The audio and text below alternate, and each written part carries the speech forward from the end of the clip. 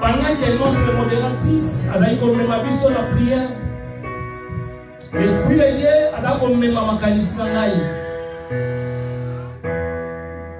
Nous allons prier pour les enfants.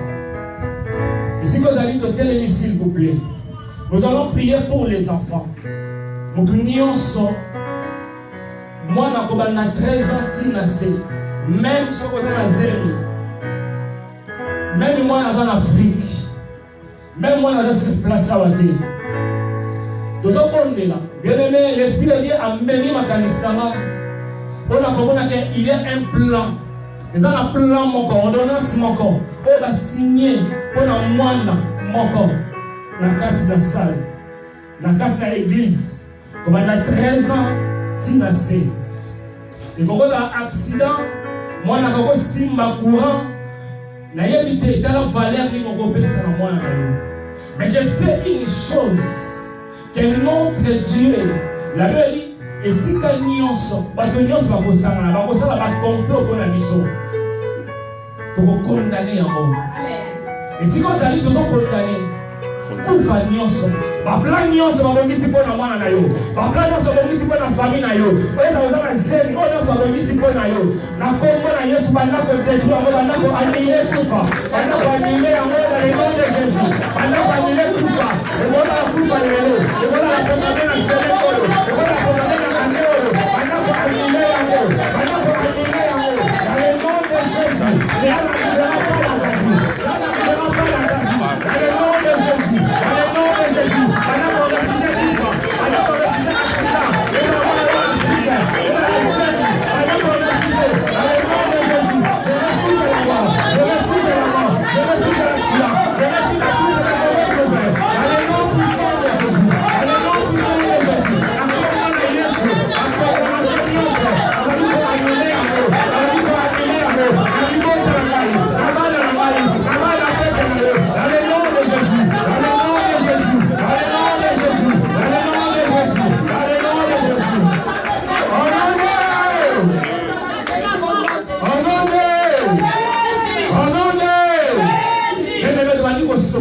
Yesu likola bana na yo eza bana ba likolo na famille na yo banda ko soka makela na Yesu banda ko loba ke bana na yo bana la sécuriser na makela na Yesu kufi ko mona bango te accident ko mona bango te yo ko mona bango te ba yo de Jésus ko mona bi banda ko mona la famille na yo banda ko mona la vie de la Seigneur banda ko mona la vie de la Seigneur banda ko sele famille na yo na makela na Yesu banda ko sele mota na yo na makela na Yesu banda ko sele mota na yo na makela na Yesu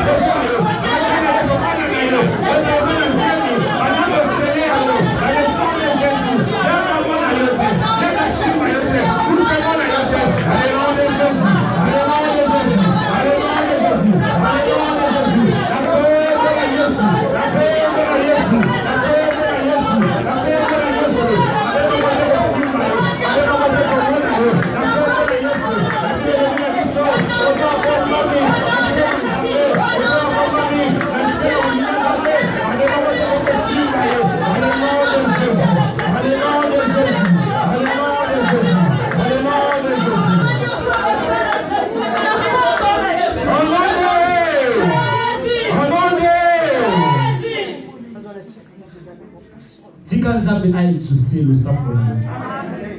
Tikanzambe a sécurisé famille. Je déclare lion mon côté ko simba yo. Je déclare accident mon côté ko simba yo. Anazolo bana kombo na Yesu. La Bible me dit le nom de Jésus est au-dessus de tous les noms.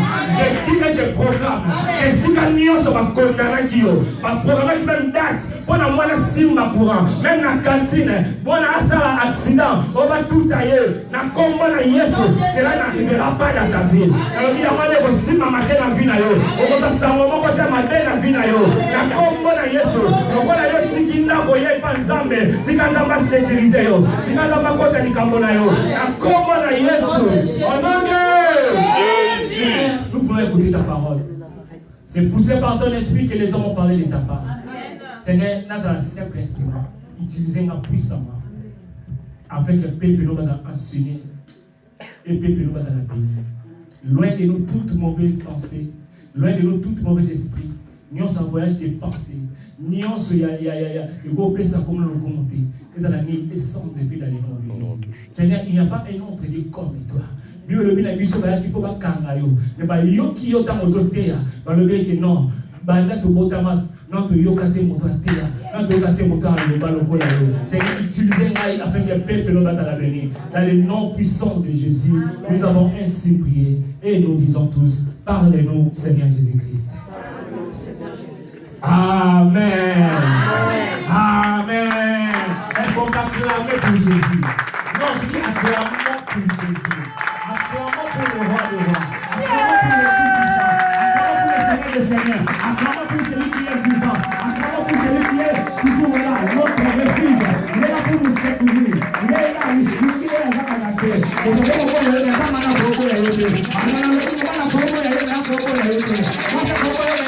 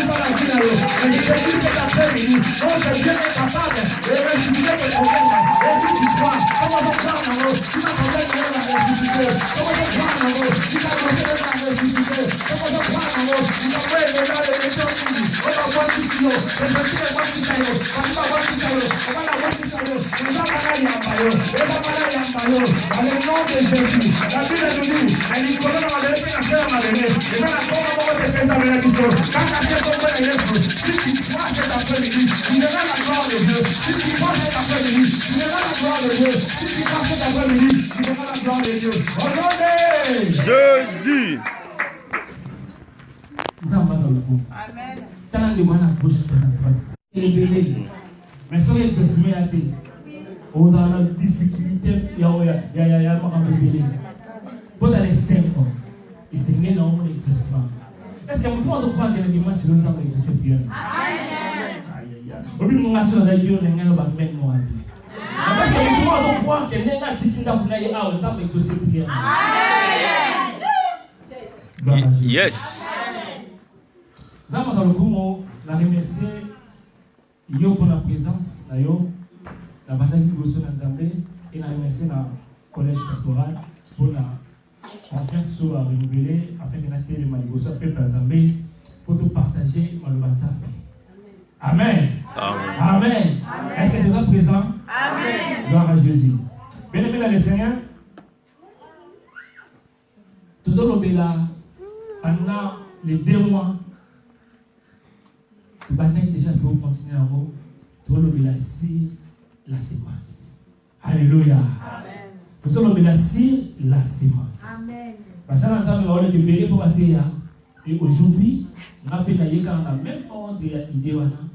Et nous avons partagé tellement sous tellement corps. Ils ont tout commis. Dieu aime, c'est lui qui donne. Alléluia. Amen. C'est quoi? Et là, on a aussi là. Ma façon de prêcher, il y a l'enseignement, il y a la prédication, il y a la exhortation. Ça dépend de mon Alléluia. Viens, je t'appelle. Mais le plus important, c'est de disposer mon thème pour comprendre la pensée ni pour les âmes à l'image. Maintenant, c'est la sémence. Ils ont la battu belé. Ils ont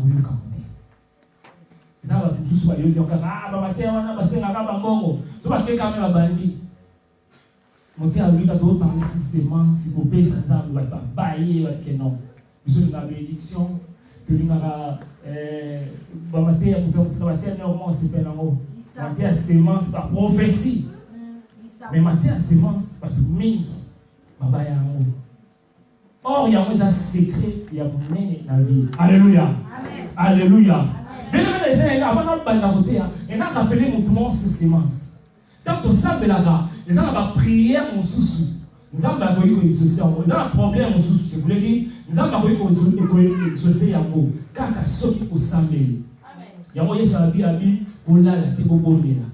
Bobonner la ti. Moi, moi, si on a un exemple, il y a moi, si on a dit, veuve, avec le Senga, la Jija Katalika. Pour la qui prière. Alléluia.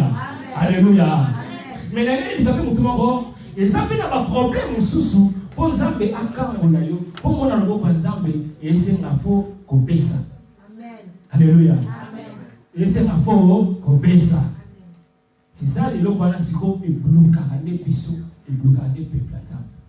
Bien sûr on va la bisou dans le livre Actes des Apôtres chapitre 10 si je ne me trompe pas. Corneille prière et Israël exaucé parce qu'il avait coupé ça au monde. Au monde, ils avaient agréé qui est mort. Ils avaient dit, je ne sais pas non. Combien ta prière a été exaucée. Alléluia. Alléluia.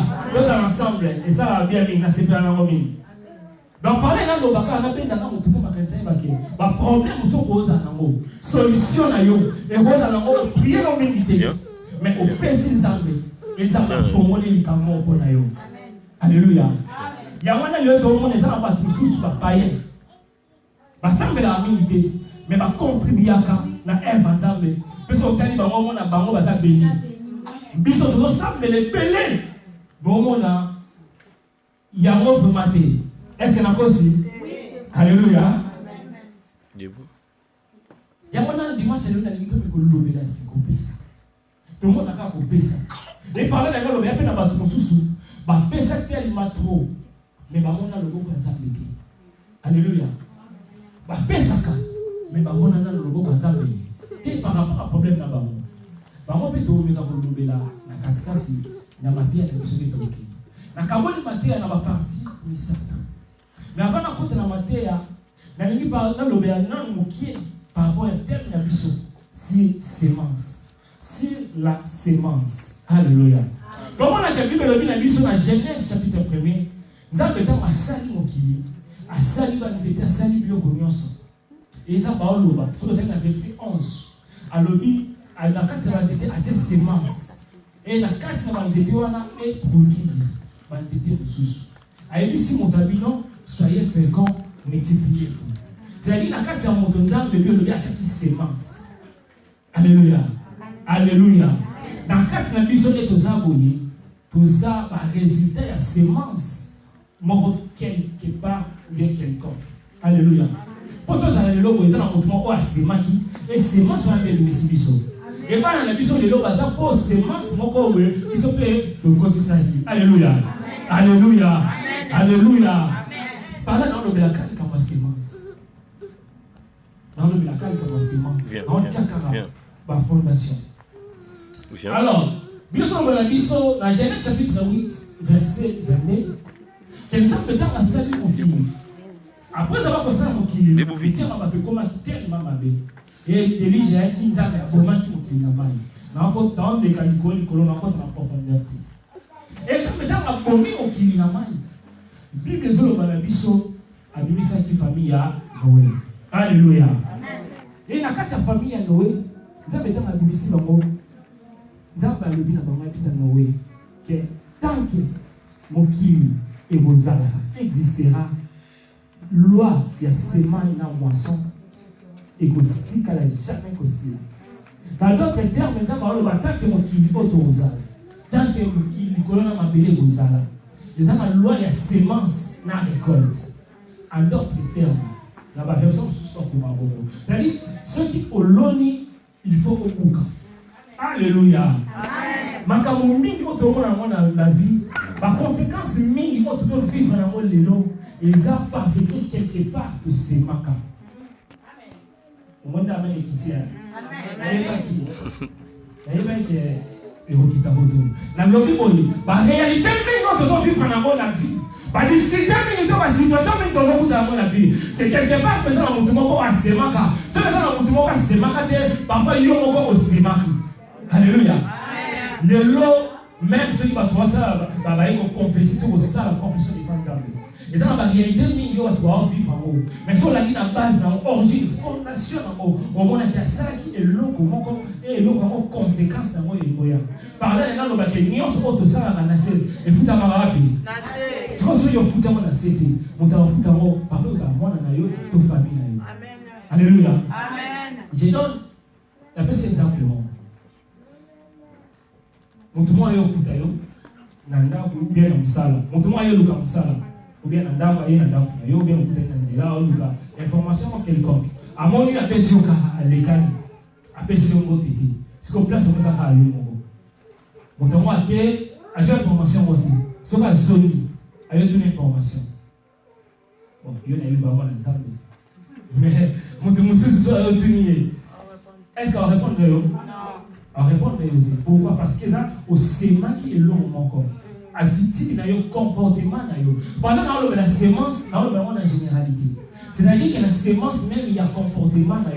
Et ça, on va te mener à blesser partout. Or, que la sémence qui est long au moment quelqu'un qui n'est pas dans le monde. Et ça, on va te pousser la réputation dans le débat pour montrer que la sémence qui est long au moment qui n'est pas dans le monde. Alléluia. Amen. Alléluia. Amen. Est-ce que était bien? Gloire à Jésus. C'est-à-dire que ma vie n'a pas besoin de vivre. Et ça, tout ça a ma conséquence. Où il y a la réalité de l'île. Parfois, il y a et ma malédiction, et ça a des générations dans le monde. Ma malédiction, et là, dans la génération dans le monde. Et bien, j'ai pris l'exemple, au dimanche passé à l'Ori, Félix, le nom de président. Mais ça, on a assez mal. On a assez mal tellement trop, à Nyokwa, et la sous-garage de récompense. C'est moi qui suis au sala, bien aimé les Seigneurs. Et l'acte au sala, comportement au sala, et ça la récompense dans l'eau.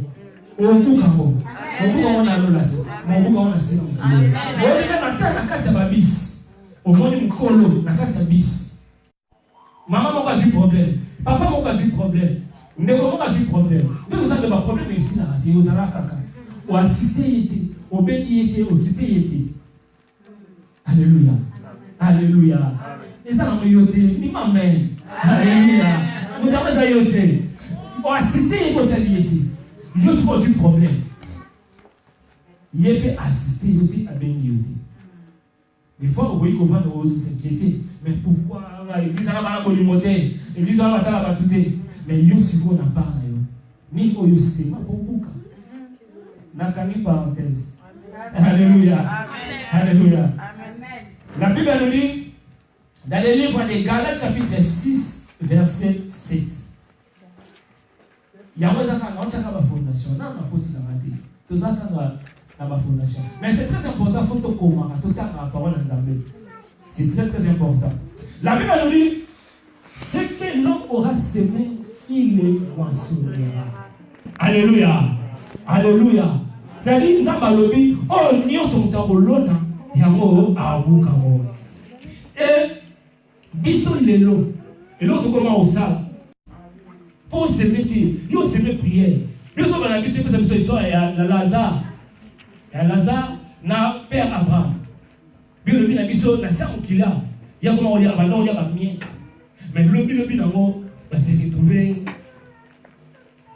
père Abraham na riche na passe na riche avec qui riche n'a servi qui mais dans l'eau là l'eau du kuna na séjour avant du kuna à Olila dans les logotés Olila moté ya na servi qui yo aux ala monta là banina pour la nini naïté mais banina ba oti ba volé finalement et que alléluia par là pour la côte na besi na biso mama yan au gogo c'est la biso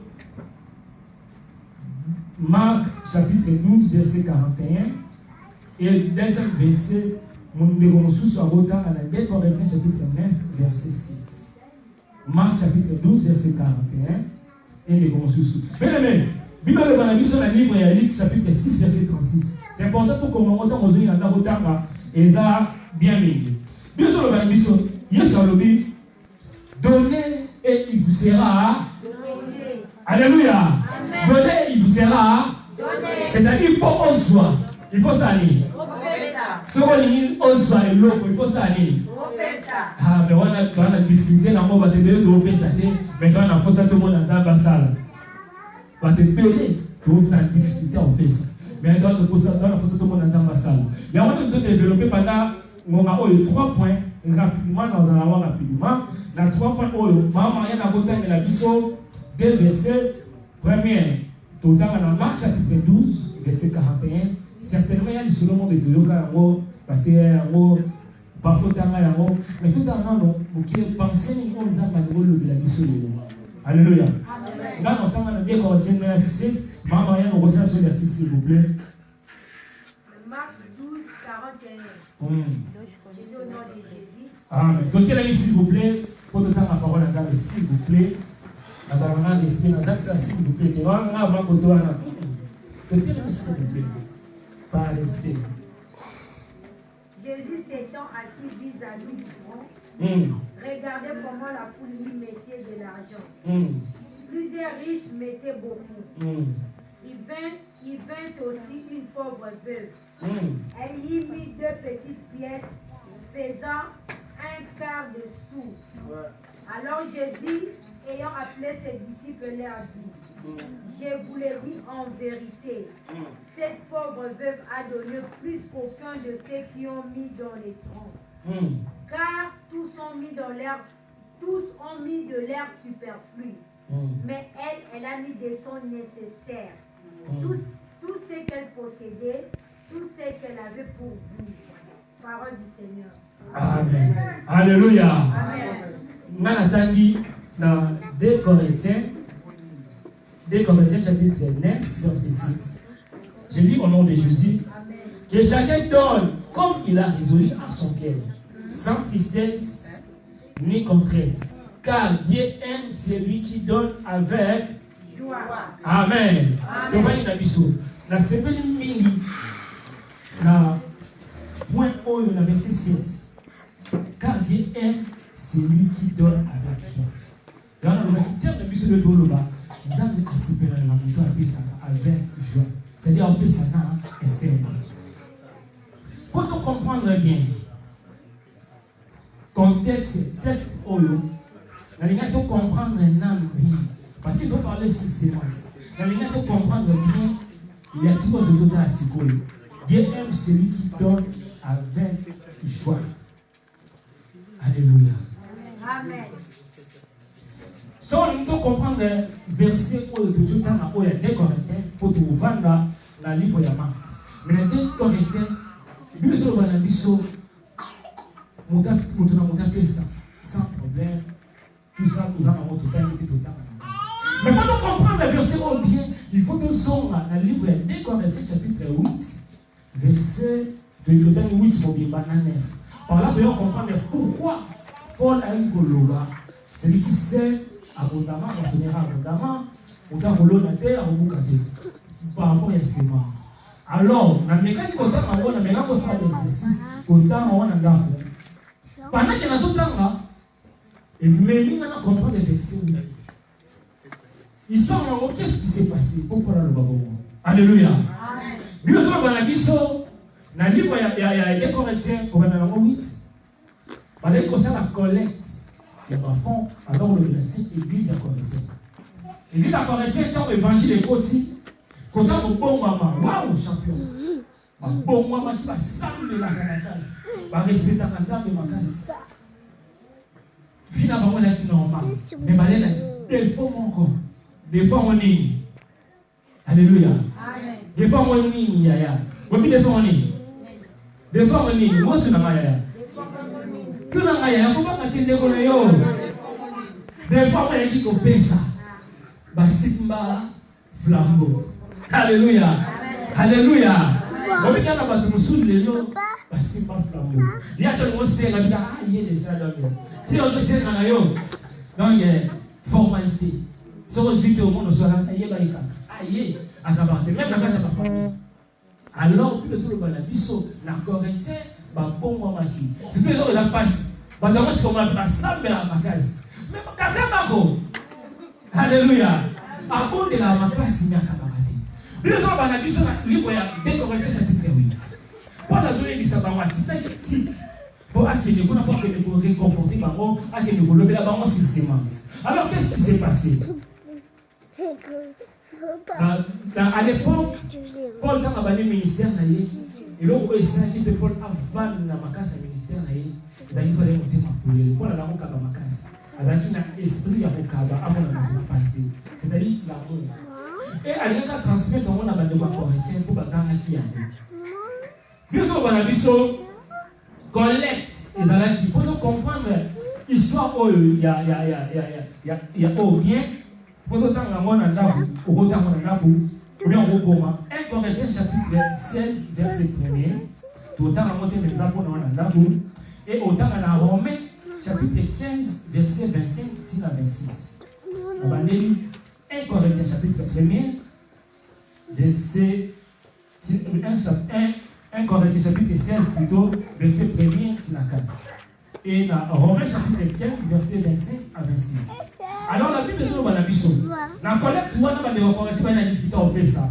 Alors que Badaki n'a pas révélé, Badaki n'a vu le mot à mener, à Paris, n'a vu le mot à mener, mais Badaki n'a la province, il y a Macédoine.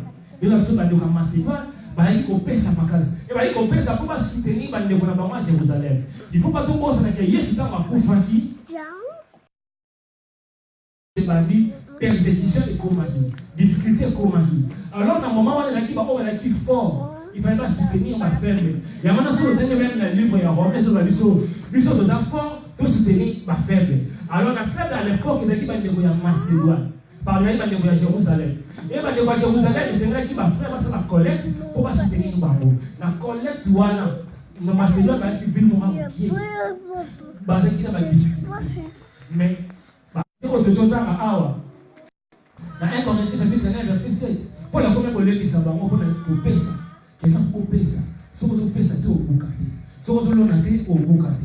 Alléluia. Par là, les gars, ils sont morts. Il loco au nion sur tout ça. Premier point.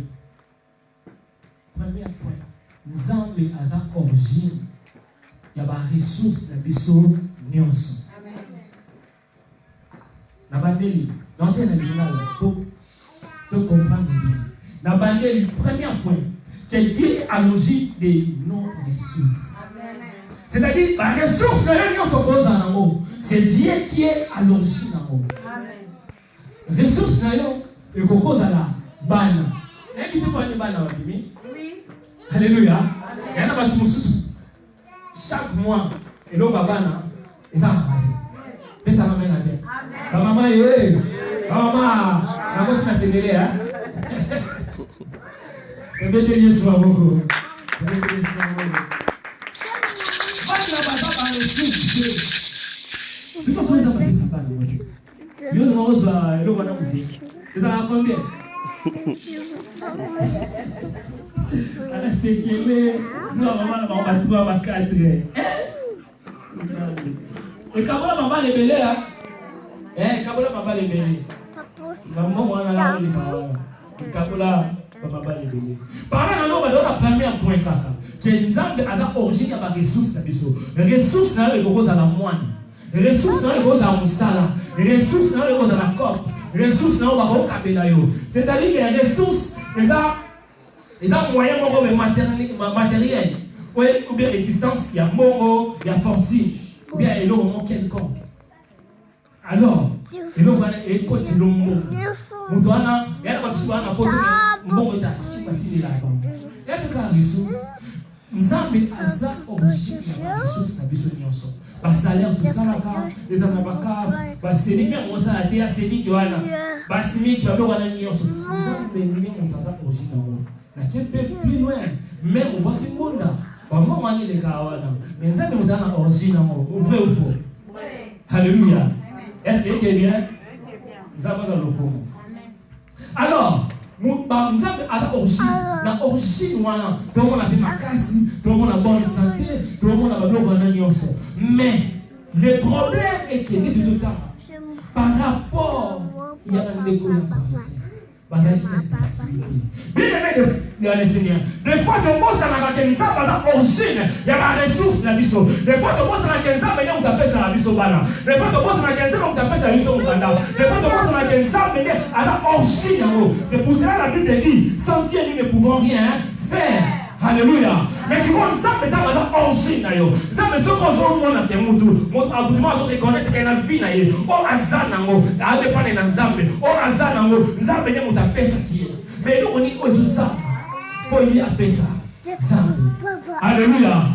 Le plus grand problème, c'est que ma ressource, c'est mission de Zaranango. Par moment, la mission de Zaranango. Par la mission de Zaranango. Ton bon, ça n'a qu'un Zambé, nous t'appelle ça. Ton bon, ça n'a qu'un Zambé, nous t'appelle pas la bango. Mon bon, ça n'a pas le lot. Pour la moussala, mais le baron, le moussala, au père de peine à salaire. Alléluia. Au moment où le lien à mon café belé, au suivi de Jésus, va couler. Oh, Nassali.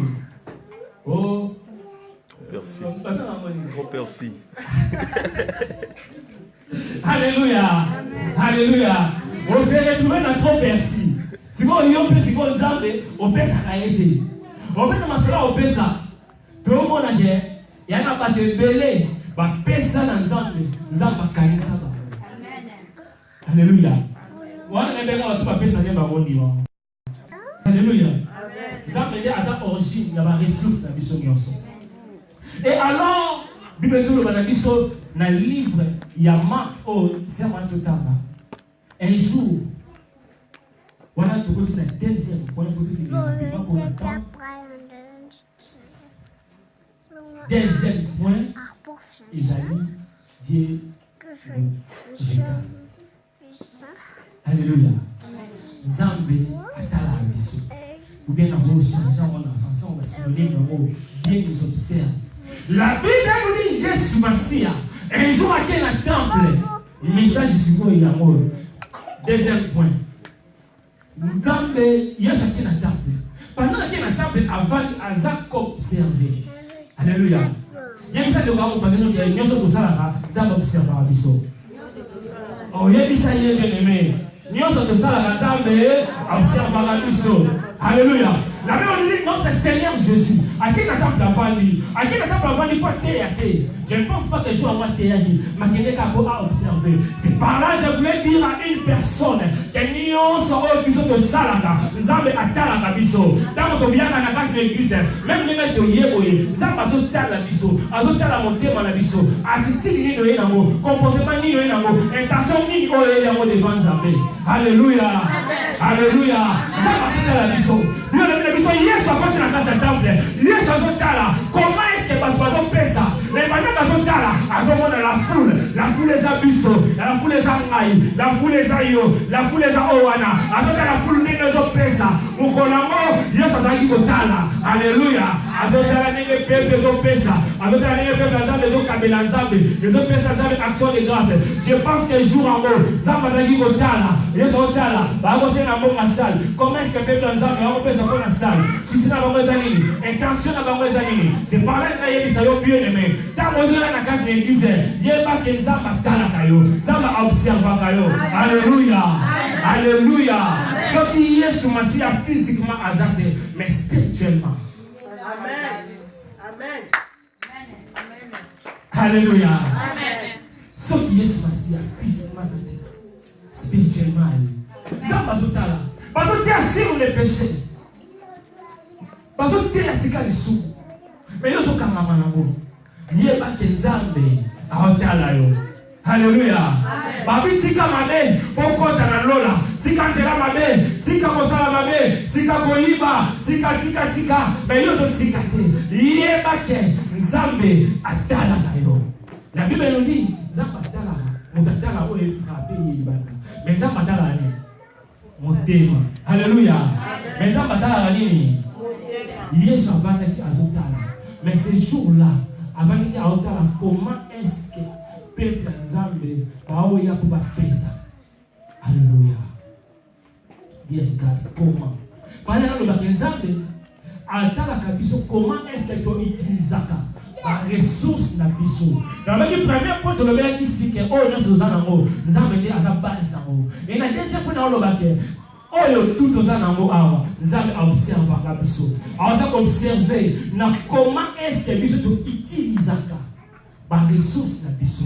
Ba bien o biso na pesa biso. Alléluia. Para les lobake, Nzambe ta pesa biso. Doit 3 points entre parenthèses. Donc on le mélange. Na ba o Nzambe pesa biso. Nzambe pesa biso d'abord pour na yo moko za bien. Nzambe pesio pour na yo moko za bien. Alléluia. Pendant Roswa, on dit que Roswa, à la tête de l'Église, Dieu m'a sauté comme un non, il utilise un mot devant Bande Konabiso, devant Babola. Alléluia. Alléluia. Dans Baotala, comment est-ce qu'il utilise ça comme ressource devant Babola? Et troisième point, dans Baotala, est-ce que dans vos ressources, intérêt dans besoin de la case? Alléluia. D'abord, tu as ce qui est intérêt dans la carte de ressources. Il y a un taille S. Il va baisser naï. Si on a une fête. Parce que on peut la maman et pas un zao. Pas baisser naï la maya. XL. Si on y a un montuya. S. Imaginez ça. On dit qu'il y a une fête. Pas baisser naï mon côté mon. Mon côté mon, elle n'a pas monté, n'a pas monté, n'a pas monté. Ah! Yaya, personne n'a mon côté mon, tel mon côté mon. Là, côté, toi, il y a 45 ans. Yo sabi, nazalaki, na soif, yamai, upese ngati. Nazalaki nanzala, upese ngati ukaolete. Bien aimé dans le Seigneur, nous allons observer comment est-ce que la ressource de Biso dans le tisano. Mutumu ayo talo na ndaku, ana nzala lete sincèrement, appelez l'autre. Comment la vivons na kema na ndaku mo kala, na kema na ndaku mo ma intention nga.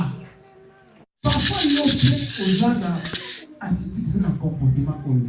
Bande bosui ba ina ndaku. Pesa ba wa olia. Esa ni no ya. Pesa ba olia. On doit un problème, pesa bango.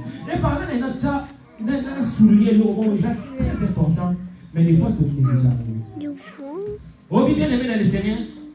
Ils ont la veuve, les orphelins, les étrangers.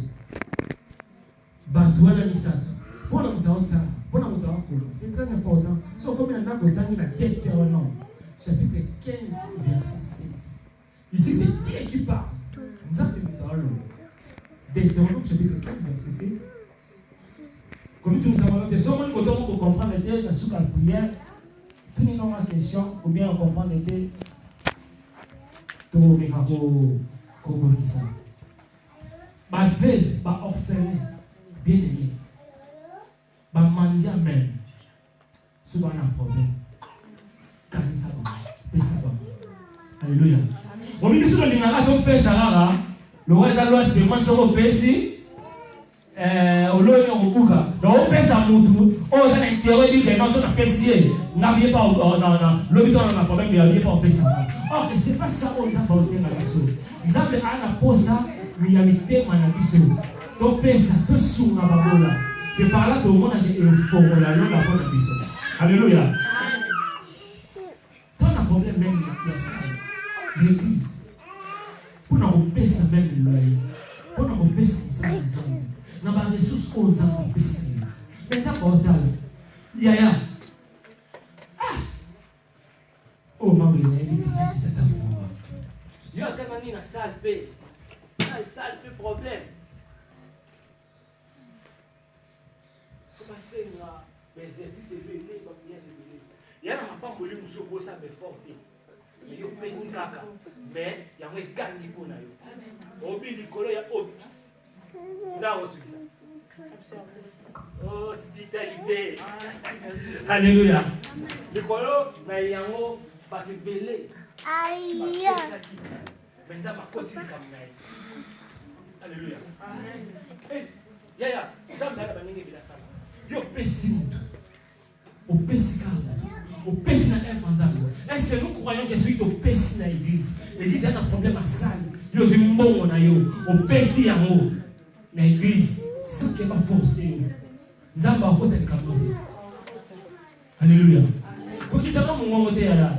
Pas de qui dit si yango kane na oloba te osala nzamba lobela yo mutu azolobela micho nzambe kana na sepekana bien aimé dans le Seigneur baveve bafele babola na batrain kutu ya tomoni bakomeli yo je siki wana kutu wanatanga ngo kutu siste mwana baika mama baika papa tikelo pape papa akiwa na mama tita kite kama wazo ngawe ndenga tikela yo ndenga wazo ngawe o kipe utute na tuko fina no téléphone etc.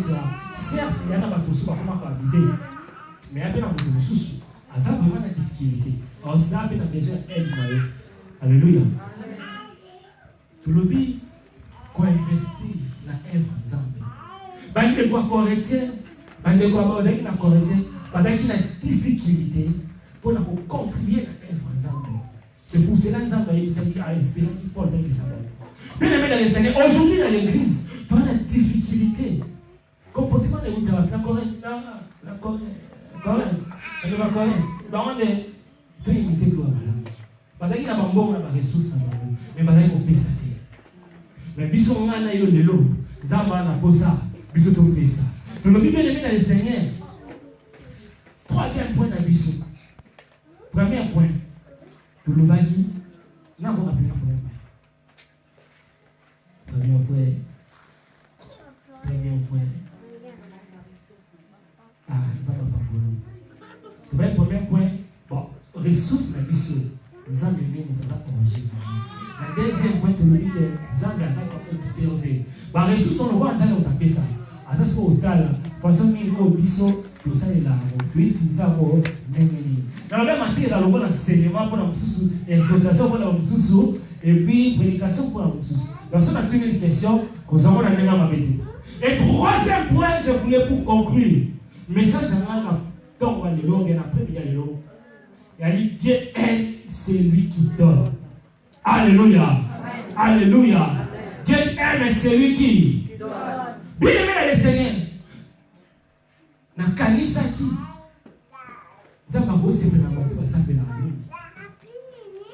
kuzaba tso sambela tête ato sambela ndambe pesa nga mboko pesa nga voyage ya biso ko ya poto ko na ba galère na ba souffrance nga j'avais semé. Amen. Alléluia. Amen. Difficulté, si je me souviens encore, difficulté même à Olata, difficulté à Olia. Nous voyons qu'on a bêtise sur la mondiale, donc on a mis dans l'air, mais on a mis des difficultés. Mais j'ai sémé. Je me rappelle encore, de ceux qui savent la sika, il faut te payer ça, maman, il faut pas serviteur. Non, on va faire un juste. Donc, on a dit, Warane, il y a Olia, Nanda. Olia, vous avez des parenthèses, mais on a dit, non, Olia, entre parenthèses.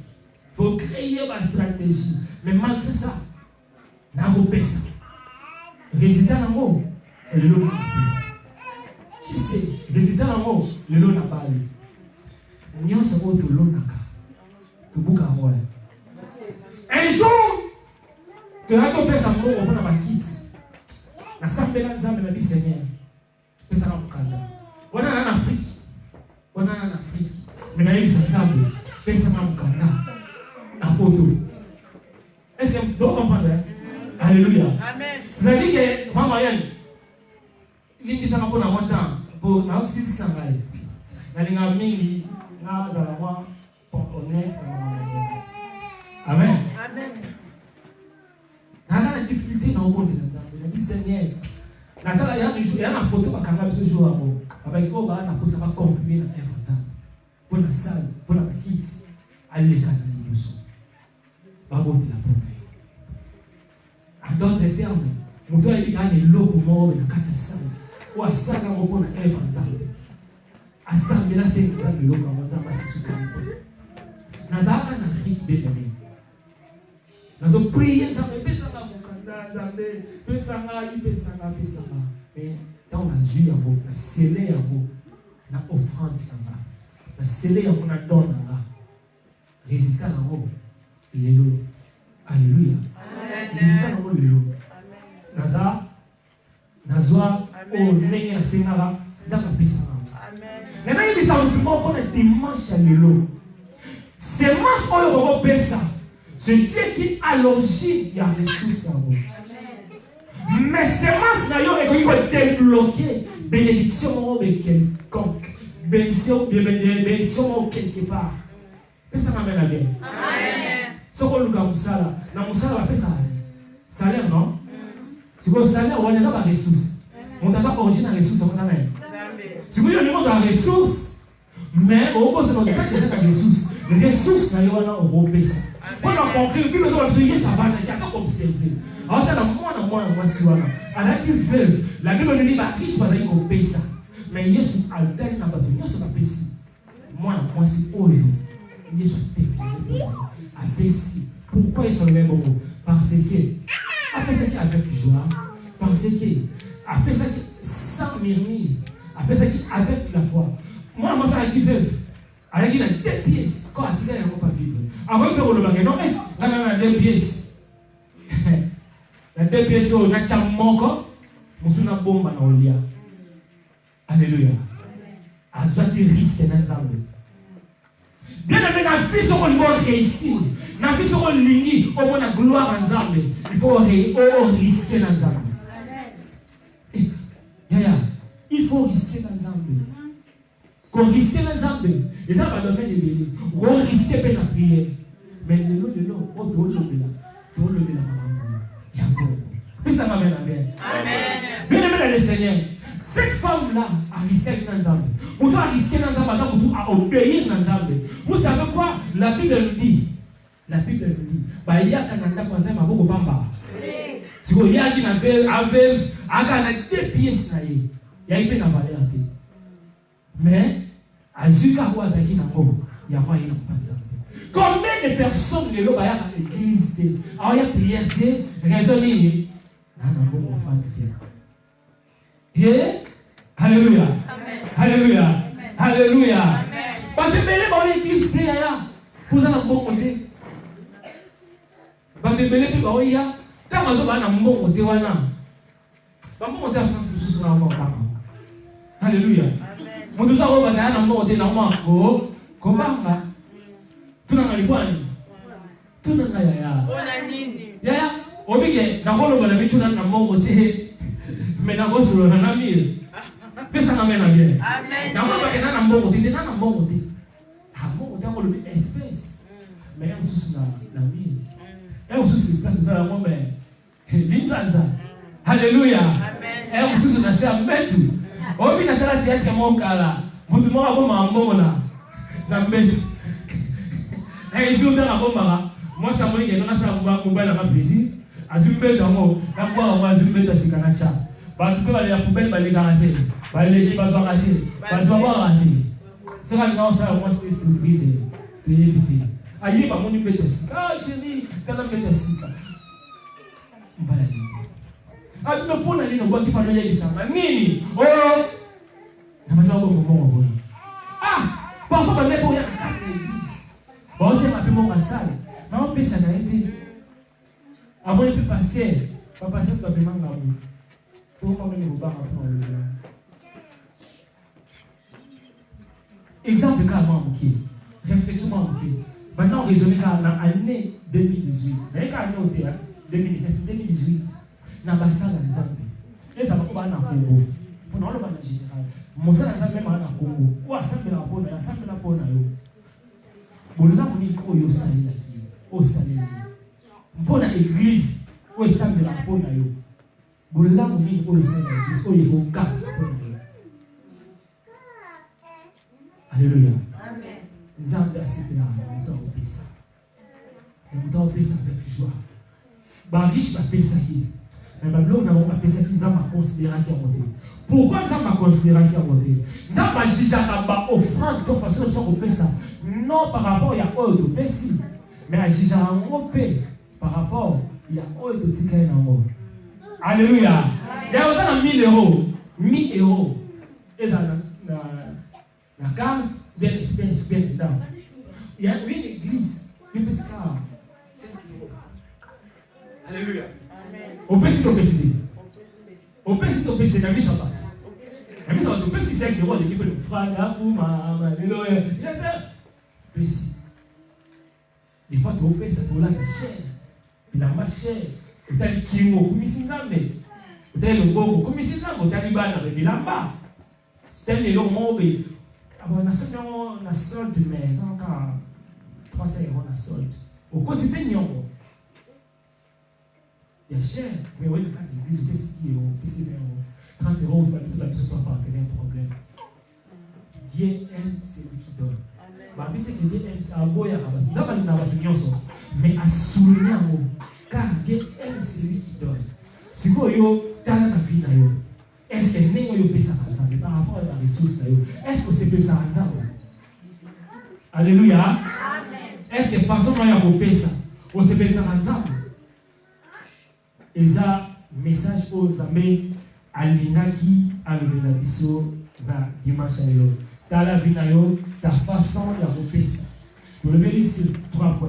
On y a tous nango Nzambe apesi yo. Et tant aux nango Nzambe za observer comment il faut utiliser yango. Et à sous catégorie Nzambe sepela na moto apesi. Bien aimé dans le Seigneur. Biso wana biso veuve ya Sarepta ariska na Nzambe avec la foi.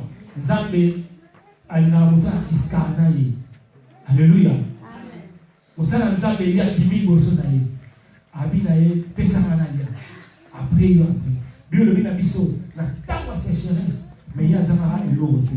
Yena ibisa mutu moko na dimanche lelo. Soki opesi Nzambe ata batu mususu bana ba difficulté na ba sécheresse ba kolele ezali mais yo ozala na ngote. Amen. Yena ibisa mutu moko soko fomoli motema na yo obandi ko aider ba veuve, obandi ko aider ba orphelin. Bien aimé dans le Seigneur, Nzambe akota likamuna. Amen. Yena ibisa mutu moko moi swana aile sonete. Parfois, ils ont un bon moment qui bouge quelque part, madame, au bon bain. Il faut investir dans un Nzambe. So, besi Nzambe, ako, pas pour la. Est-ce que tu peux mettre Nzambe là-bas?